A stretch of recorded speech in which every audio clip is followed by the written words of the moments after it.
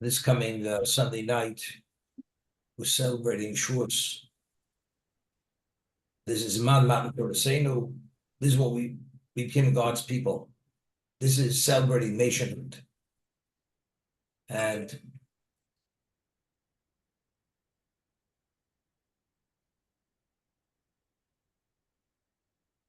what exactly happened on Shavuos, Zman Matan Torah, the day of the giving our Torah? The objective of creation, the purpose why God created this world was now about to happen. God created this world for one reason: for the Jewish people and for the sake of Torah. We meet the challenges or don't we meet the challenges? If you meet the challenges within the context of Torah, then you merit the ultimate, a relationship with Him. And if not, then you forfeit something which is, there's no word to describe what the degree of loss there is. So at Shavuos comes, God brings heaven to earth. All the retinues of His angels come, accompany Him to receive the Jews as His people. Now is that moment. The world finally is coming to its moment of purpose. At the beginning of creation, on the sixth day of creation, man was created. The world basically was completed, except for the Shabbat, which the seventh day God rested. As we've explained, what is that? The world being complete, God entered into this existence and spiritualized it. That's what happened on the seventh day. That's called menucha. Menucha is wholesome peace, tranquility. When you're connected to the source, which is perfect on the absolute level, there's nothing which is not fully functional. Therefore, the ultimate level of peace and tranquility and value is at that moment. Bo Shabbos bo menucha. When Shabbos happened, menucha happened.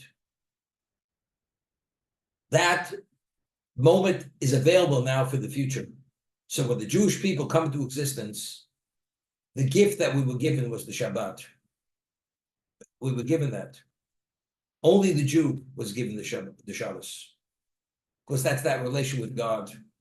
Nations of the world who rejected and weren't interested in that relationship, they have no relevance to the Shabbos.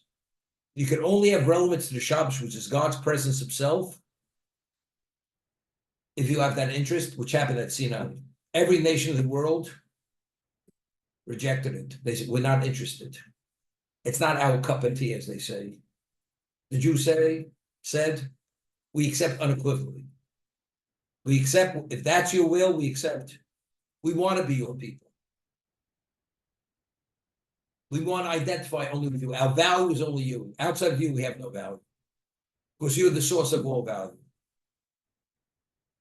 Now, it says the time of creation, it was evening, it was morning, Yom HaShishi.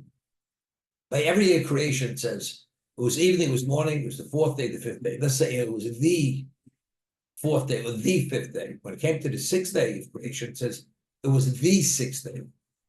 What's the the? We're adding the the. In Hebrew, the word hey is called hey yediyah. That's to identify it as that special day. The giving of Torah at Sinai was on the sixth day of Sivan, which is going to be this coming Sunday night. The sixth day of the month of Sivan, and God says, everything's up in the air.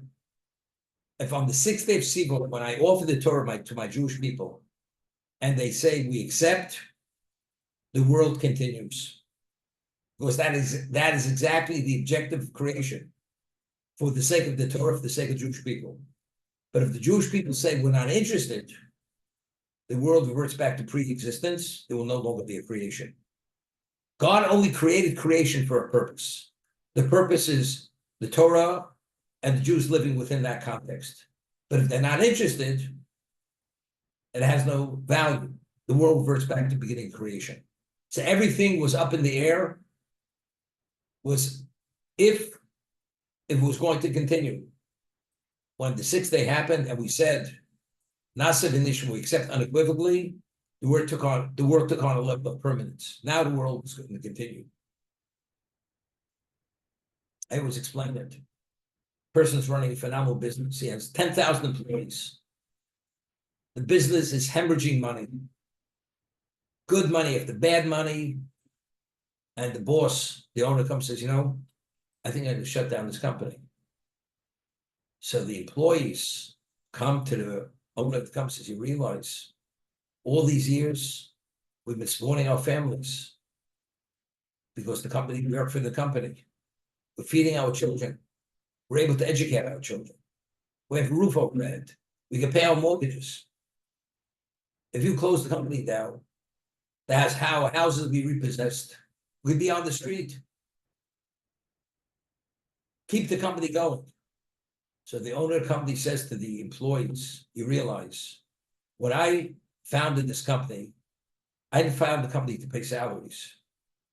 That you should provide education and raise your families and have roofs over your heads. That's not why I founded this company. I founded this company to make money. If the company is not making money and it's only losing money, I'm closing the company down. God says, I created this phenomenal existence, celestial, terrestrial, unlimited. For what purpose? For the Jewish people who will accept my Torah. If they're not accepting it, you say, but what about all this beauty, all this creation, all this creativity? God says, but its value is only within the context if there's a Jewish people and they live by the Torah. But if they reject it and they're not living, I didn't create a world just to maintain a world. I created a world that it should have a purpose. What is the objective? The objective is they should meet challenges within the Torah. But if they're not interested in those challenges, because they're not interested in me, if that's the case, I shut down the operation. And the world reverts back to pre-existence. That's the concept. So and that's the meaning, God put the mountain over our heads at Sinai, and he gave us an ultimatum. Either you accept the Torah, or it's over. Everything is reverting back to pre-existence. There's no longer being existence. That's a hefty threat. It's not a threat. It's a reality. It only is worthwhile for me to maintain this and continue it and to expand it if it has a value. Doesn't have a value, it's going back to pre-existence. There will not be a world. At the time of the great flood, Noah spent 120 years trying to turn the people around because they were evil. And after 120 years, it seemed to be, he wasn't making any headway. God says, I will bring a great flood on this world. Everything will be destroyed. Only you and your family will be the only survivors. And in the ark, you take 2 of every non-kosher species, 7 of every kosher species. And when it's time to go out after a year, that will be the beginning of new existence. So the Medrash explains it with an allegory. There's a king who's about to marry off his son, the prince. He's his only child. And he creates a setting for the wedding, which is one of a kind. Food, a level of culinary quality has never been presented. The hall was built specifically for this event. One of a kind. And all of a sudden, the son comes under the canopy to be married, and the son dies. What's the king do? It's his only child. His whole life he lived for this one son. Every detail of preparation for this wedding was for the son. You know what the king does? He gives an order. Everything I prepared, destroy. Destroy the food, destroy all the ambiance that I created. So they said, but why waste all the food? All this, it so has such value. Why destroy it? So the king says, you don't understand. That I created, whatever I created, was only for my son. If there's no son, the rest of you people have no value to me. Therefore, I destroy everything. God created the world, all the unintelligent species. vegetation, everything for the purpose of man. Man was the prince. If there's no prince, because he has no relevance to being a prince, because he's rebellious and he defies every aspect of God's will, God says the world has no purpose. What about all these beautiful animals, all these beautiful flowers, all this vegetation? But that was only to facilitate man's purpose. But if man has no purpose, because there is no man, there's no world. Therefore, God destroyed the world. That's the midrash with the allegory. Identically with Sinai, if the objective of creation was they should be a Jewish people and they should live within the context of Torah, that's the challenges. And they said, we're not interested. God said, if that's the case, the world has no value. Because the value of the world is only for that purpose. If that purpose has no relevance, God says, I'm wasting my time. Therefore, existence reverts back to pre-existence. That's the understanding. Person graduates Ivy League University, graduate degree in business, and very smart, goes on an interview, the company hires him, and they say to him, we're going to pay you $1 million salary, but you have to put in the hours. You have to work every day. You have to come to the office, and you have to do what you're supposed to do. So the person says, this newly hired employee, he says, you mean to say I can't get the check without coming to the office? You mean I have to come to the office to pick up the check? They said, no, you want to get paid, you have to come to the office. So this newly hired employee says, I was forced to work. They forced me to work. They forced you to work. Nobody's forced you to work. Don't work, you don't get the check. As they used to say, no ticking, no washing. Finished. That's the end of the story. We at Sinai, we were told, something. You want this world to continue, you got to toe the line. You don't toe the line, it's over. And yet the Talmud says we were forced into it. We accepted under duress. That's duress?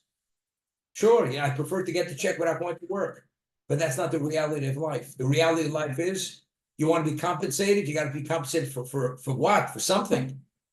And if you have no interest, there's no compensation. So why? Because God put a mountain over our heads to give us this ultimatum. Either you accept or you're going to be buried, or we're going back to pre-existence. Why is that under duress? That's just the reality of the world. You want me to maintain this existence? You have to meet its purpose. You're not into meeting its purpose. It has no value to me. Therefore, I pulled the plug on the whole operation. That's the question. And he took us to Egypt. They brought the plagues upon the Egyptians. That has to do because they did the wrong thing. And he wanted we should understand who he is. But to the degree that we have trust that whatever he asks us to do, it's fully in our best interest, maybe it's not. Maybe there's an ego here involved. God also has an ego, chas v'sholom.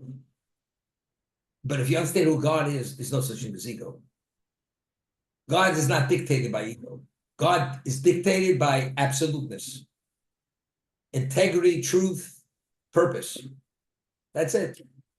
But sometimes we reflect our own insecurities or shortcomings upon him. You never know. Maybe God has his own agenda. And maybe his agenda is not in our best interest.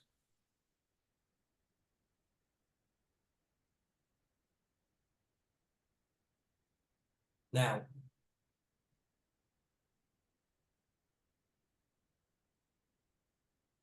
we find that when Avram went to the Akedah, it was the most difficult of the 10 tests.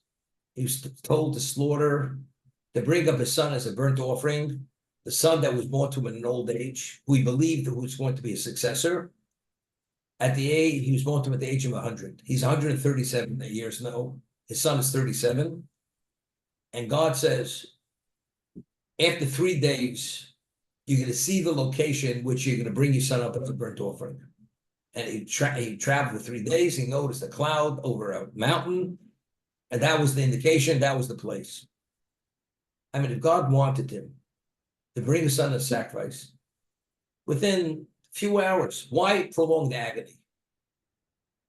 very often you have a person who's a speaker, and he's not a well-written speaker. And he says, do me a favor, let me be for the first speaker, because, until I speak, I got butterflies in my stomach. I can't enjoy the meal. So let me get it over with, and I'll speak. I'll speak, and then I'll be able to enjoy. You hold him till the end. Avram Avinu, he's going to slaughter his own son, and he's willing to do it. Why wait 3 days?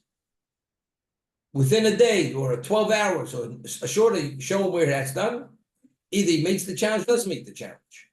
Why do you wait 3 days? What's the purpose of the test?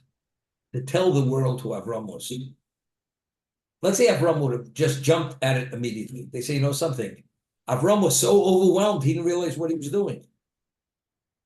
Avram had plenty of time to think about it. And despite that, he went through with it. That means this was a rational decision of Avram. Person who shoots from the hip, makes a decision of this level of importance quickly. They say, if he would have thought it through well, there's no way he would have crossed that line. But Hashem wants the world to know who Avram is. He had 3 days to think about it plenty. Not only that, he had all kinds of interference. Satan came as a raging river. Despite everything, he's still going through it.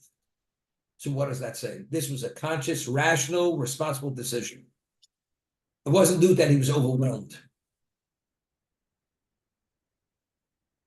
When we accepted the Torah, God wants to show the world who we are. He offered it to them. They said, it's not our cup of tea. We're not interested. God says, I want you to accept my Torah. And it was very sudden. He didn't give us time to think about it. We had to respond immediately. What does that look like? In terms of the reality, you want to have a relationship, you want to have a world, you have to meet its objective. That's Torah. But how does the world see it? It's not so special. You want to live. You give them that kind of ultimatum, of course you can accept. Because you want the world to exist. But that's not the reality. That's not the purpose. If they would have accepted it with willingness and a love, it would have been a hope. The world would have seen the different Jewish people. It's another relationship. What the world saw initially, it's because God gave an ultimatum. 2 employees, same scenario. Person goes to work for a company, says, I'm willing to work. I feel I'm so privileged. I'm willing to work for a quarter of the salary. And even if there is no salary, I feel it's a privilege to work for this company. What does that say? That says that company is special. But if he says, you must come 6 days a week, putting in 15 hours a day, otherwise you can get paid, the person understands. He's not getting paid unless he comes. But why is he coming? He's coming for the pay. That's the duress. It's not because of the objective, it's because of the pay. That's the duress. God put the mountain, said it was accepted because we wanted the pay, therefore that's classified as duress. What happened to that poor? We're at the brink of annihilation. There's a reaffirmation of what happened at Sinai. We accept it out of love. It's not because we're being compensated. If God, we need so much to God that the last moment we could have been extinct due to the decree of Haman to annihilate every man, woman, and child. And despite that, the last moment things turned around. What does it say? To what degree does God value us? We're special in his eyes. When they saw that, they realized that it's not because we want to be compensated. It's a privilege for us to be your subjects. That's Kabbalah Mi'ava. That's out of love. The rest doesn't mean to say I'm twisting your arm. It's not twisting your arm. But the reason is, it's why do you want the money to make money? So you should get a salary? Or you want the employer to make money because you want him to make money? Except you have to live so you get a salary. That's the difference. The rest doesn't mean to say that I forced you to do it. The rest means it's not for the right reason. If you want to live, of course you have to come to work. Otherwise, not going to be paid. But that's not the reason why you serve God, because you want to get paid. You serve God because you appreciate who he is. That's the duress we're talking about. But of course, that even there to do that, they had to trust him. They had to be trust, and the trust was, we accept unequivocally, because we know you're going to come through. You hear this? We know you're going to come through. It's not because we're serving you, who's the creator, and it's our privilege, but because we know you're going to come through with what you said. But that's the emphasis is on the wrong side of the equation. It's not because you're going to come through, it's because we want you to be glorified. That's the emphasis. That's accepting it out of love, selfless accepting.